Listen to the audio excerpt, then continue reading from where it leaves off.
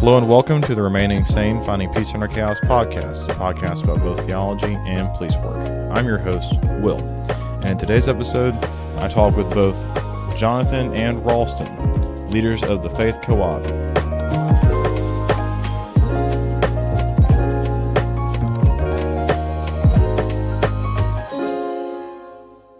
Well, one of the reasons why this podcast was started was I began to realize in police work that a lot of police officers around me were finding their purpose in policing.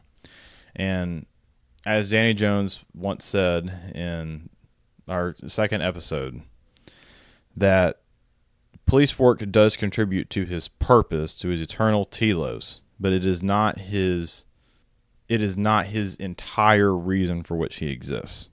Now, this problem is not unique to just police officers. We may feel it in different ways than people that are around us, but nurses, business people, pastors, really anyone else out here does struggle with this same thing, with finding their purpose in their work.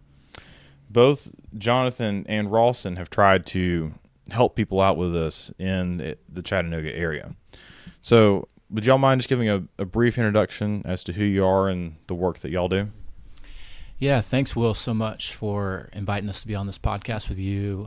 What you're doing is really important for your audience, and we are honored to be part of that conversation that's going on. The Faith Co-op is a nonprofit here in Chattanooga, and our mission is to help awaken Christians to how their faith brings daily purpose. So many people in our city, like you said, can have a really unhealthy view of how their work informs their identity and their purpose. Sometimes it is in the way where it becomes all-encompassing, where they find their whole definition of who they are and their success in life and what job they have and how they do it. But honestly, there are a lot of people in Chattanooga where the opposite is true, where they can't see at all how their work brings any value to their life. It's just something they survive. And so both sides of those narratives are part of something we want to help people think about in new and different ways. We really believe that the gospel encourages us to view the work that we're called to do as holy and important. But as you're saying, and what you're seeing is so also true, that our ultimate identity is not found in our work and who we and what we do, but in who we are found in Christ. And our goal with Faith Co-op is to help different demographics in the city wrestle with those questions, to have a better theology. And we do that through the programs that we offer, and I'm sure we'll get into those in a little bit. And mainly what we want people to do is hear stories of other Christians who are navigating the same question. We're not doing this alone. It's not one denomination. It's not one industry. But as Christians, as people who are trying to follow Jesus, it shows up in lots of ways. And it's an honor to lead that organization with Ralston. Yeah, my name is Ralston Hartness, and like Jonathan said, we're really excited to be a part of this. Mm-hmm. And as you heard a little bit there, I mean, so much of what we do is trying to live out what we see as kind of a vocation of curating in this work and in this city. We really do try to bring Christians together from across the city to reflect on the point you made earlier, Will, based on their particular industries. And so we do that through events such as lunch and learn events that are about a particular industry, such as financial services or marketing, where we invite experts in that particular industry to share their reflections over a lunch with others who are interested in that industry. We also do that through demographic ministries, as Jonathan was alluding to. I'm the director here of the Chattanooga Fellows Program, which is seeking to equip recent college graduates with a greater understanding of how their faith brings purpose to all that they do through 9 months of paid part-time work in an industry of interest, as well as serving the city and the local church and living with a host family in town. But we also do it for established professionals in the Main and Market Fellowship Program, and a number of other programs. But all of it, we really see it as a privilege to get to do this, because we're getting to have conversations with people like you who are experts in your work, and we are not. And so we love asking people really good questions about where Jesus is in their industry, what it would look like if their industry was redeemed, what it means to have a gospel imagination about our city and in our families and our workplaces. And all that's to the point of, like you said, Will, I mean, our work cannot fulfill us in the way that we often look for it to. And so there are these two polarities, as Jonathan mentioned. Either we don't see any meaning at all in our work. It is just something to get us to the weekend where we can then spend the money that we made that week doing the work that we spent our time doing. And then the other side being the Derek Thompson in The Atlantic called it the religion of workism a couple of years ago in an Atlantic piece that I think was titled Why Workism is Making People Miserable. The misery was somewhere in the title there. That the point of actually many of our companies now are over-promising in what they can offer. And so many of us in Chattanooga probably swing from one side to the other at various points in our lives. And we think that the gospel invites us to a different kind of posture towards our work. Looking at this from a police officer's perspective, there's a couple things that come into my mind. So one of the things that I've seen, I didn't realize this, but apparently this is normal in tech jobs, that especially over where they have a large headquarters, there are tech companies that, like, instead of having a group so for us, we have a platoon, right? We have 18 people or so in a platoon, and then within that, we've got a sergeant or a lieutenant who's over X amount of people, and so you kind of know what your group is called. So you're in a group or a platoon, or you're in a division or a squad or whatever you want to call it. But they started to refer to the people that they work with as their family, and I'm really being someone who understands Christianity more as a worldview that is applied broadly across my entire life and across my family's life, my actual biological family's life. I do have a little bit of trepidations with that, because it's one of the problems that I see is people trying to substitute, especially when they move off. Let's say your family lives in a completely different area and you move to a different city to do a job. When you move away, you're trying to find your own family, and this is just another criticism or another critique of modern American culture, is that we don't have a lot of community that's outside of work or religion. There was some book written 10, 20 years ago. I think it was called like The Bowling Alleys or something. Bowling Alone, that's it. Where he talked about the decline of how we don't have extracurricular activities that we do. And so that leads to us pouring ourselves completely into one thing. I mean, that's not healthy. But also as you said, trying to escape your work is also not healthy either. And then as a police officer, the way that manifests is that I especially see this with a lot of older officers, and this is not to critique the older officers, but this is just to see, this is something I've seen, is that by the time that they're getting done, they're 3-5 years away from getting their pension, that they have this mentality like, I don't care about the city, I don't care about the work I'm doing, I just come here to take my calls and leave. I have no investment at all in protecting the city. I just want to, get my money and go. And so that also leads to bad habits on your end, because, you do have to care about the people that you serve and you protect. But also, we have talked about so many times this podcast and the other end of this, that you can't go all the way into the deep end and think that your entire purpose is derived from this job, because it's not. Your purpose here is to glorify Christ. Yeah, it's an interesting idea, and it makes me think. I have been thinking about this recently. We watched the show We Crashed, which it's not a plug for the show, but one thing that this docuseries is telling the tale of WeWork, and I think they were known for, hitting a gong and cheering, thank God it's Monday, and talking about being a family and creating this experience around the workplace that, if you watch the show, if you know the story of WeWork, can become really toxic and dangerous in its idolatry of work and in its allegiance to whatever is happening in the workplace. And I think that and other instances of how the pressure of the expectations that can come with working for your family, and even kind of the confusing of what it means to actually have a biological family or a family of faith, like the household of God, and then your workplace. I mean, I think that perhaps the better metaphor is that of a neighbor, is the biblical metaphor that Jesus often uses in his ministry. And the one that we talk a lot about here is what does it mean to love my neighbor in my work? And what does it mean that, I mean, even your colleagues are your neighbors, right? And so when you're at work, like, you're not just one entity that is doing some product or service for the others out there in the city, but actually your neighbor is the person in the cubicle next to you or the office next to you, or whatever the comparison might be for police work, Will. And so not only are we as Christians called to work for the good of others, like outside of our company in the cities or in the churches where we inhabit, but actually when we go to work, Jesus is calling us to serve even those on our team, because they're our neighbors as well.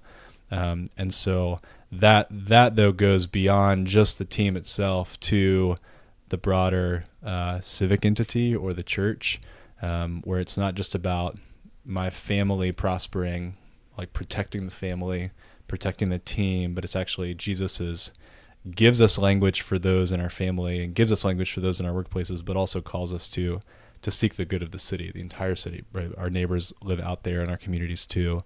And so Jesus won't let us settle for an imagination that only cares about those in our workplaces or our squads or our teams. Or he invites us to love our neighbors. And that's everyone out there. Everyone is in a sense implicated in Jesus' parables of, the lawyer asks, who then is my neighbor? Yeah. And Jesus talks about the most surprising figures.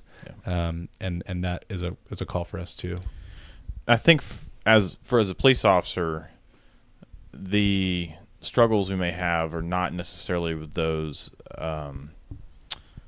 trying to love or care for our partners, because you have to depend on your partner whenever you're out in the street. And there are situations where you've got one person on the team that no one else gets along with, but for the most part, from what I understand, there is a good working environment in police work when it comes to the people that you work with. Now, the problem is who you're serving, right? Especially if you're working in a big city, you're not for the most part, you're dealing with criminals. And so, how do you serve people that have committed a crime? And so, how do you charitably approach that? Because, they're people also, but on the other hand, you are tangibly exposed to some of the worst stuff that people are capable of doing. And being able to charitably treat somebody who you have not only just seen it through a camera, but you have actually gone to it and smelled it and touched it and tasted it and all of this, how do you keep yourself from becoming the antagonist? Because we're called to serve and protect, and so that what that means is collecting the evidence of the crime, securing the suspect, maybe transporting the suspect, depending on what the case is. But we're not called to do anything outside of our duty in a negative way. Now, we could be called to do something.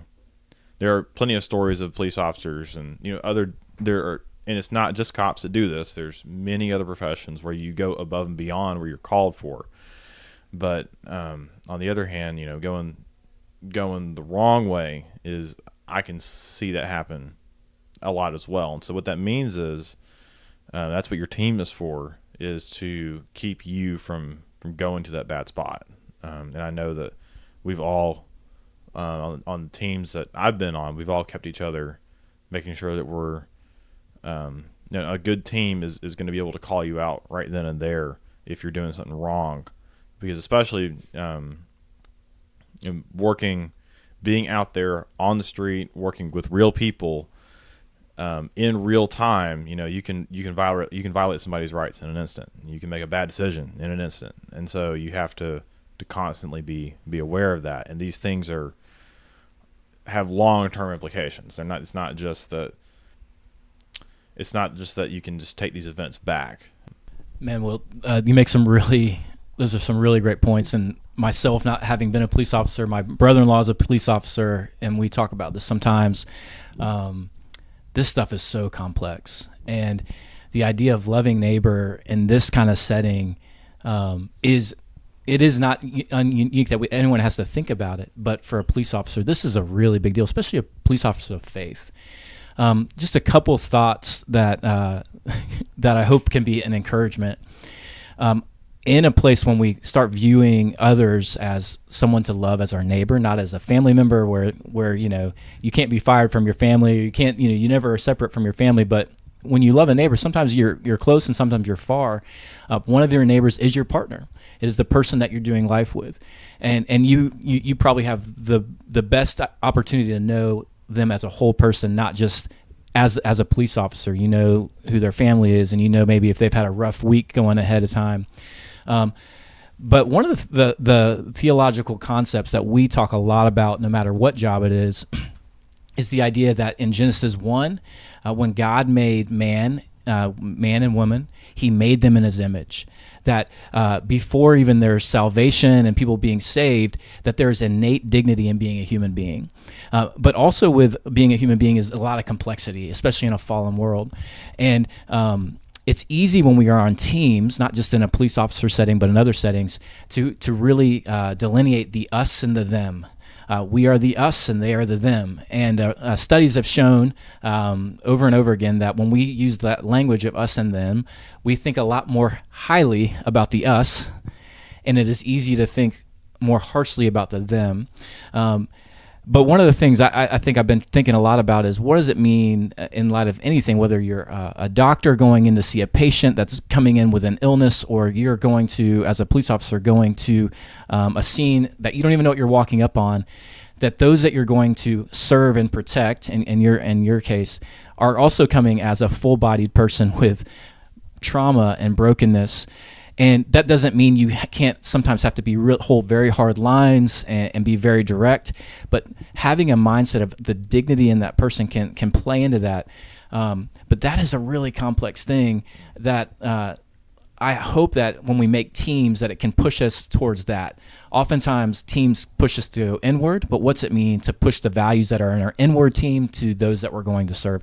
And man, that's a bigger question. That's above my pay grade to answer. But those kind of frameworks as believers, those are the types of questions we want to walk towards. Like when we say, what does it mean to love neighbor?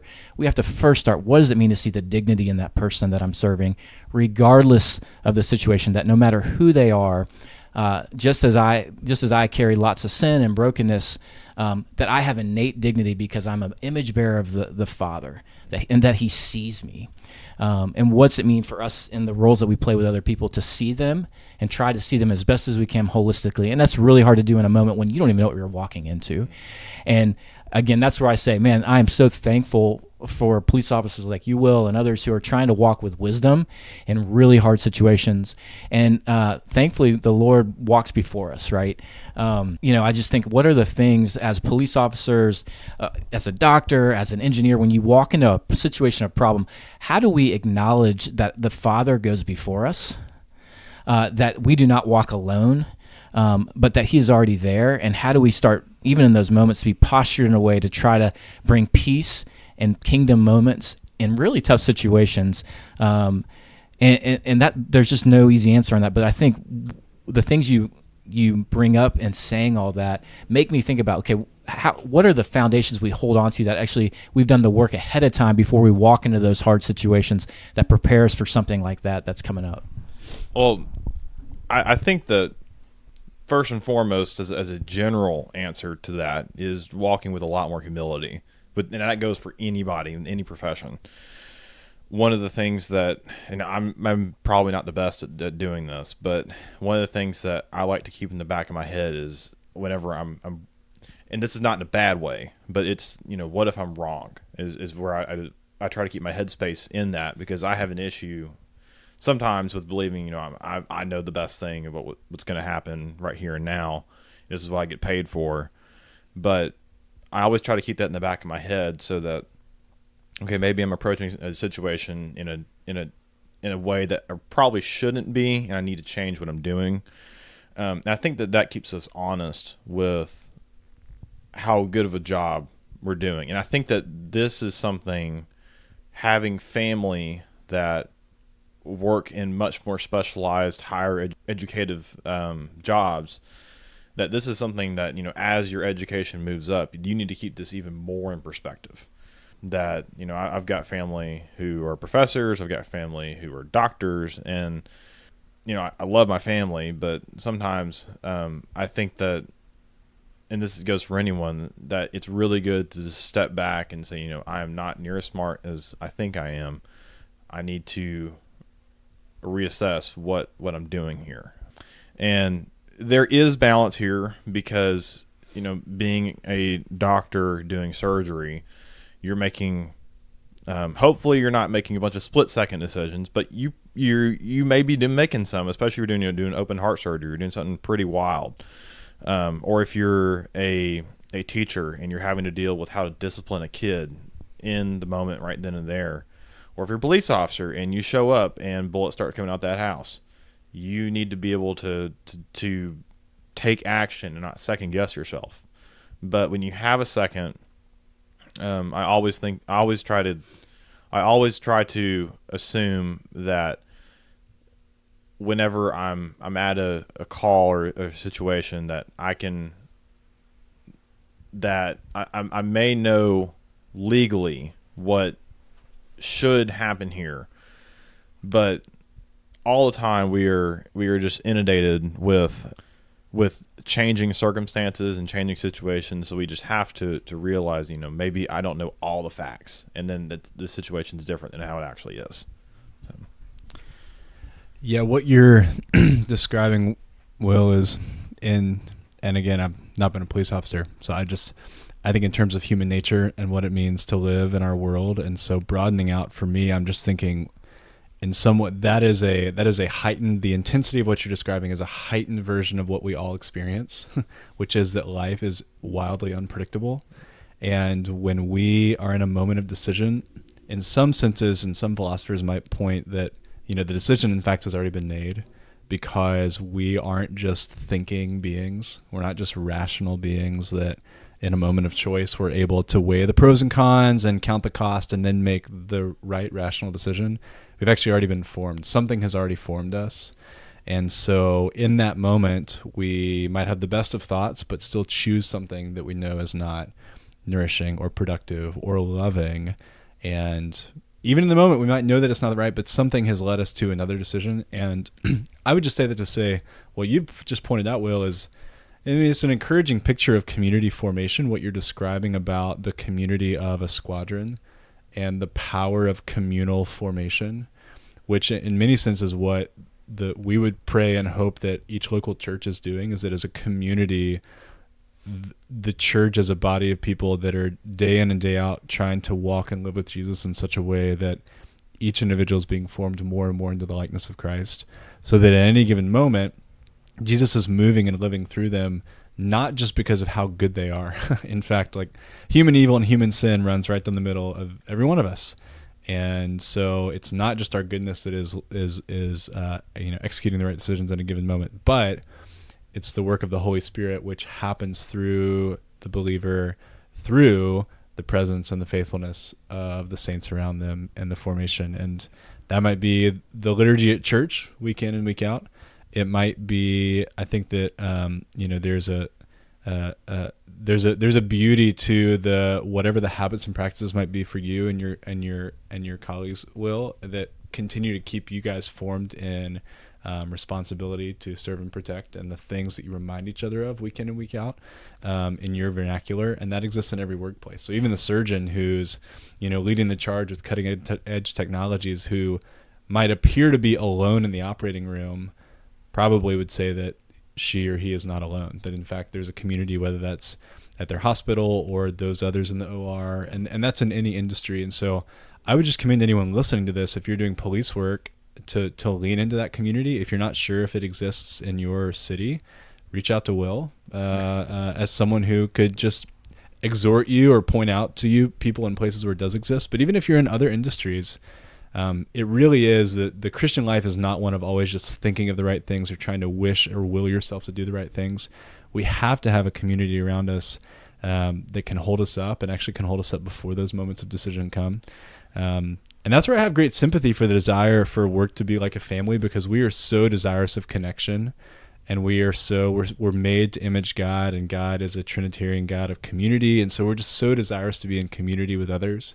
And so that formation, it not only is good for the work that we do, but it's also just good for our souls, because we need to be in that humble relationship, mutually beneficial, other serving relationship with the people around us. Yeah, we're not work Donatists, right? Donatism is this heresy that sprung up in the 500s and 600s, which basically said that if a priest had ever sinned, then he could never do a mass again. And obviously the church doesn't believe that. But in the same way, my ability to be a police officer does not depend on my never having messed up before. In the same way that with any job, we're sticking with the surgeon here. Surgeon may have messed up before, but he's still been given the education and the calling and the vocation to go out and do what he's doing. He's being used as a vessel to do something good. And so so seeing ourselves as vessels to do something better for other people, I think keeps us recentered back on where we need to be focused. That as we are in small ways in different jobs, in different cities, in different countries, we're working as the hands and feet of Christ in very small ways. And I believe with that, we're going to take a quick break.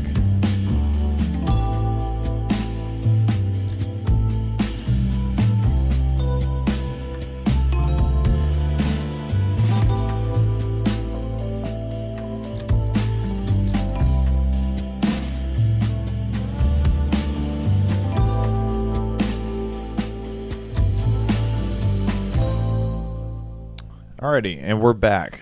So for the first half of this episode, we've talked mainly comparing some of these overarching problems with police work and to a lesser extent with other professions. But I wanted to get into, in the second half here, Jonathan and Ralston, what are some of the things that y'all do here at the Faith Co-op to help out with this idea of faith and work?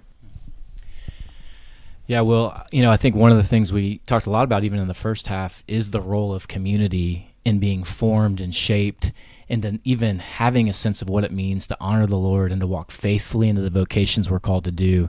And if I've learned anything over the last 5 years is that one of the things Christians in particular who are really wrestling with these questions is wondering, where do I go to talk to other people about this?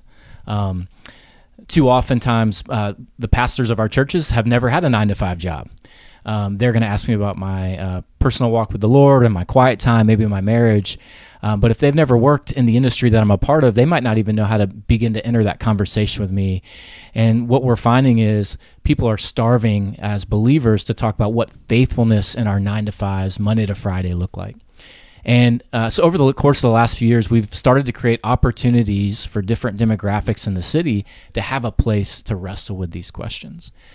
So the Faith Co-op is really a hub for lots of different distinct programs around similar topics that give audiences from specific backgrounds a place to chat and to talk and to learn, but also intentional ways for those communities of believers from different backgrounds and demographics and ethnicities and denominations and professions to actually come together with this shared language to think about what does it mean for us not only in our specific job for the sake of our city, as what we like to call the church scattered. We go to church gathered on Sunday, but we're commissioned and sent out every Sunday. Almost every denomination has some sort of sending out that happens at the end of the service.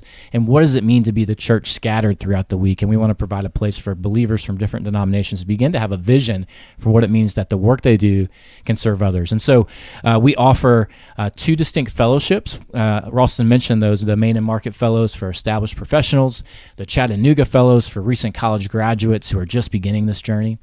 We have a faith-driven network where we specifically focus on entrepreneurs and investors to gather around what does it mean in light of their faith to start businesses and then to invest in companies that are kingdom-minded.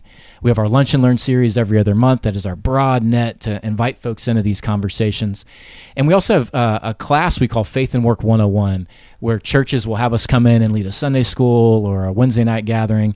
We've even had some companies reach out and have us come in with their faith-based employees to talk about what does it mean to have a theology of faith and work. And so we want to be the gatherers of these types of conversations to send folks back out with encouragement and language and be equipped to begin to live faithfully into the work that they're called to do in light of the gospel. Is that last class a one-time thing, or is it a series? We offer, it's a 6-session class, and so depending on the format, it could be over a 6-week thing at a church or over a day and a half at a business.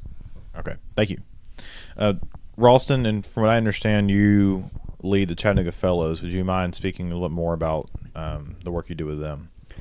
Yeah, the Chattanooga Fellows program is as Jonathan just mentioned, it's a leadership development program for recent graduates. And so college graduates from all over the country will apply and move to Chattanooga from a diversity of different colleges. This year we have 5 different colleges represented and 6 different states across the country. And they moved to Chattanooga with kind of the hopes and the plans of this program being a chance for them to explore and mature in their faith, as well as discover and deepen their sense of vocation. So what does it mean that God has actually called them in a particular way based on their abilities and their gifts and the needs of a city, the needs of a community, that God has called them to do something with their days more than, as we were talking earlier, that more than just earning a paycheck or passing the time. And so they come, and we would hope that they would mature in their faith through worship in a local church, that they, through paid part-time jobs in the city of Chattanooga, would begin to develop really valuable professional, marketable skills in an industry that they're interested in. Many of the fellows will grow to really love that workplace or that industry and might even continue on in Chattanooga after the fellows program ends, working at that same employer. And other fellows will decide that they want to work elsewhere, or employers might say, we'd like for you to go work elsewhere. This was just a chance for you to explore during the fellows program. We see all of those possibilities as really beneficial outcomes for the city of Chattanooga and for the fellow, because it's a chance for the fellow to learn and grow, but it's also a chance for them to add value to their workplaces. And that's really important to us as a program, as we seek the good of the city, that these college graduates that are moving to Chattanooga are actually, they're not just coming to be a parasite on the resources of the city, but that we're encouraging them through the programming that we do to go to work every day and to seek to love their neighbor, and to go to work every day and to seek the good of that industry, the redemption of that neighborhood, whatever it might be, through the spreadsheets they make or the other projects that they do. And then in addition to that, fellows live with host families around the city. And so that's a really important piece for us of the college graduates getting a picture of really faithful family life in a new city. These families are from a diversity of backgrounds. Some have kids, some don't. Some are empty nesters living in various neighborhoods in the city of Chattanooga.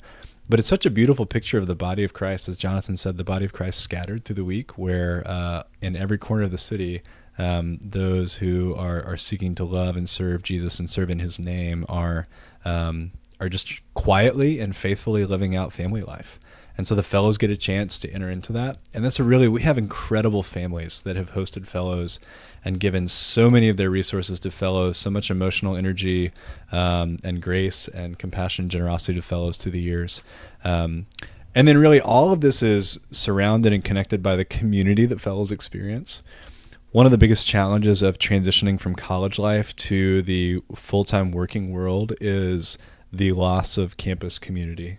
And college is such a rich community experience, but we really think the Christian story is one of continual hope and sanctification. And so college can't really just be the good old days and the glory days, right? The Christian story is always getting from one glory to another. And so we want to give fellows a picture of how community can even deepen for them after college and as they develop roots in a city and love for it. And so they move here to be together with each other, exploring a similar stage of life, plugging in with families, working from September to May. And many of them grow to love the city such that they stay. Over half of our alumni who have done the Chattanooga Fellows Program still call Chattanooga home.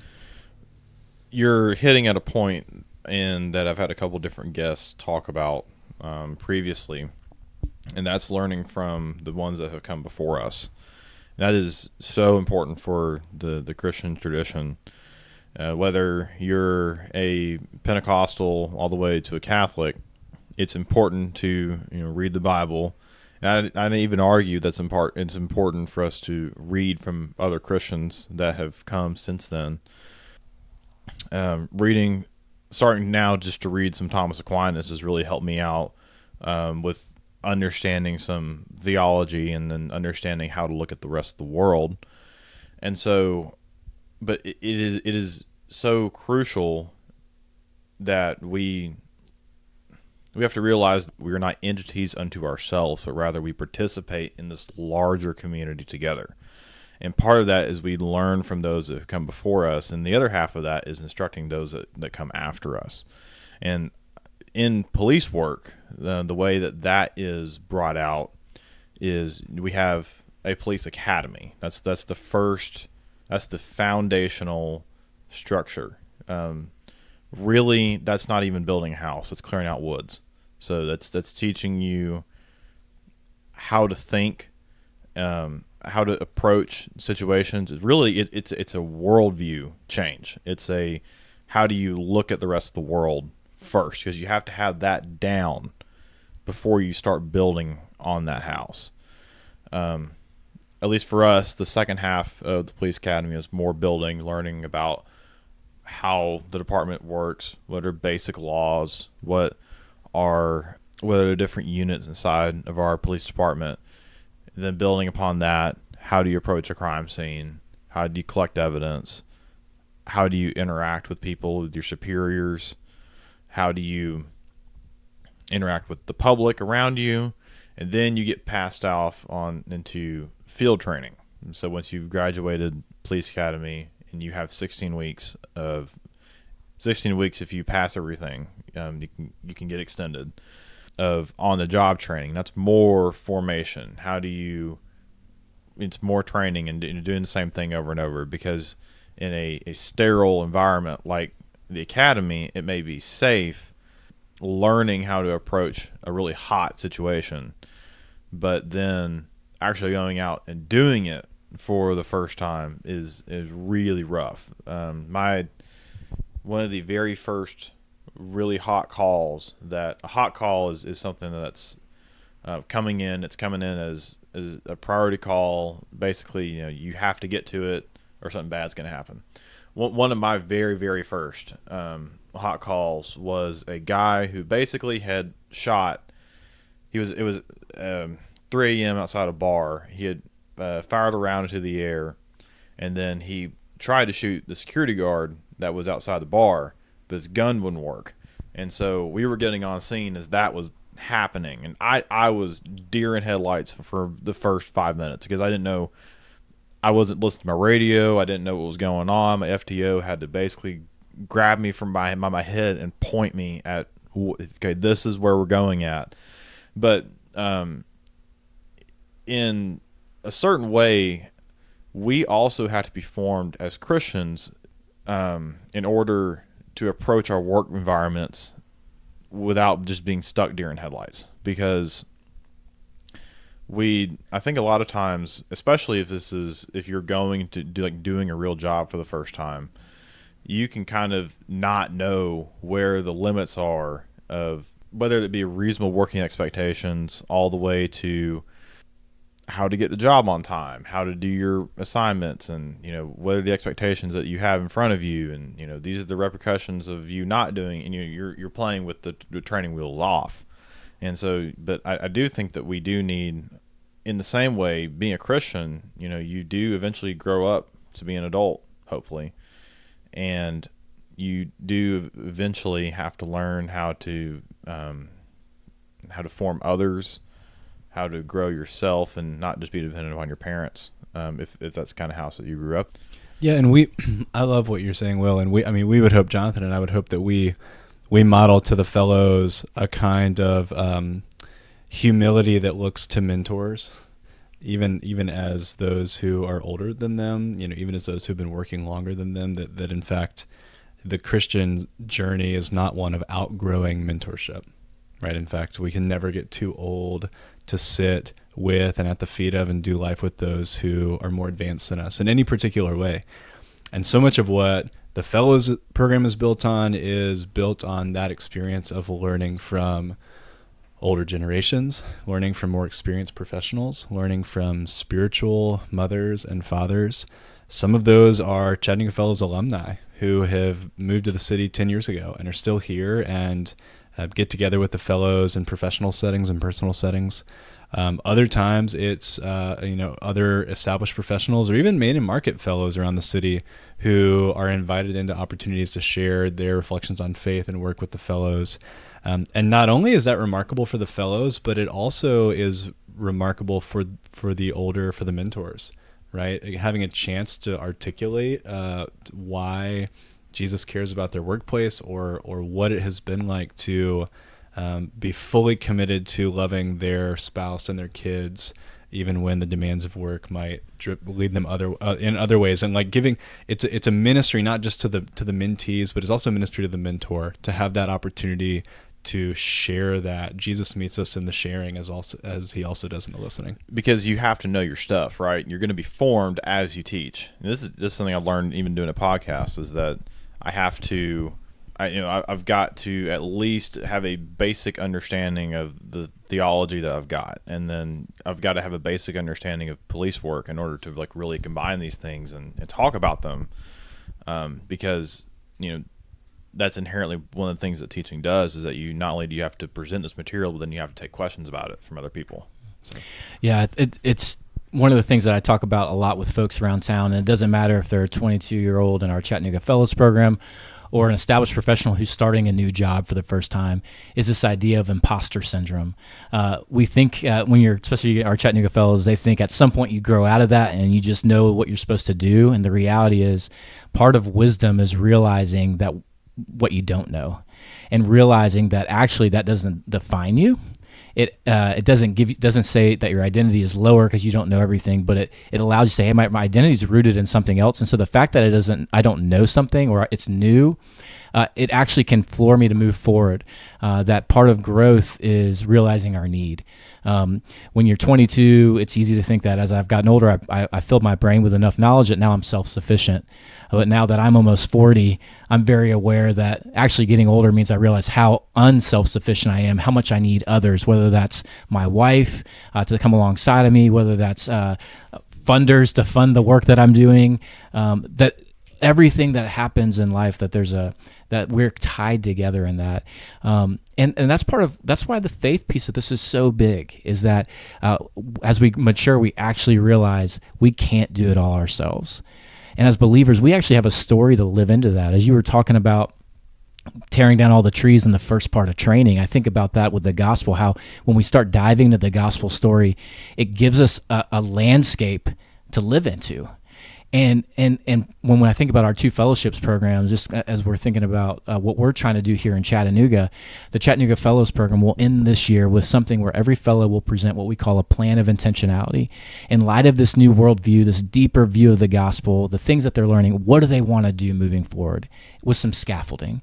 The Main and Market Fellows program ends with what we call a cultural renewal project. In light of a bigger view of the gospel, how does that contextualize to my specific job and my specific work? What does it mean for me to be an agent of renewal in the smallest way or the biggest way in the place that God calls me to work? And that no matter if it's a huge thing with a massive scope or a small thing with one other person, that is kingdom work.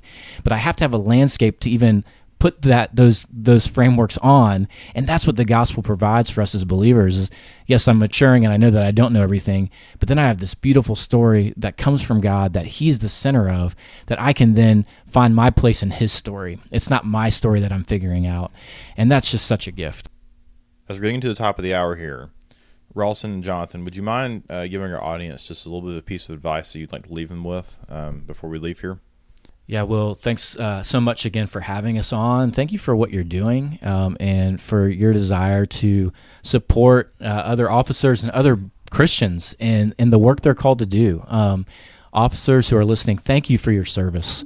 I know oftentimes it's thankless, and a lot of it goes unseen, but I want you to know that your Father sees you, that God is with you, that he goes before you.